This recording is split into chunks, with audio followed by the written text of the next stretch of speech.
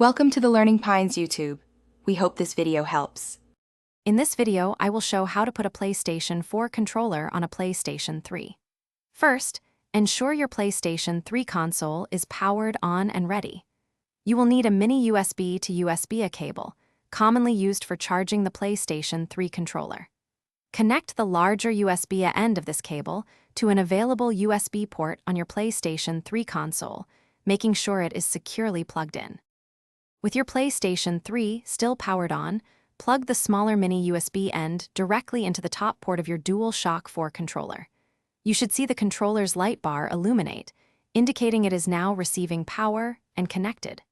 Your PlayStation 3 should recognize it almost instantly, allowing you to navigate menus and play games with this reliable wired setup. This provides a direct, stable link without any further steps. For a wireless connection, you will need to disconnect your controller if it was wired. On your PlayStation 3's XMB menu, scroll to the Settings column. Navigate down through the options and select Accessory Settings from the list. Within Accessory Settings, choose Manage Bluetooth Devices to prepare for adding a new device. This section is where your PlayStation 3 searches for compatible wireless accessories.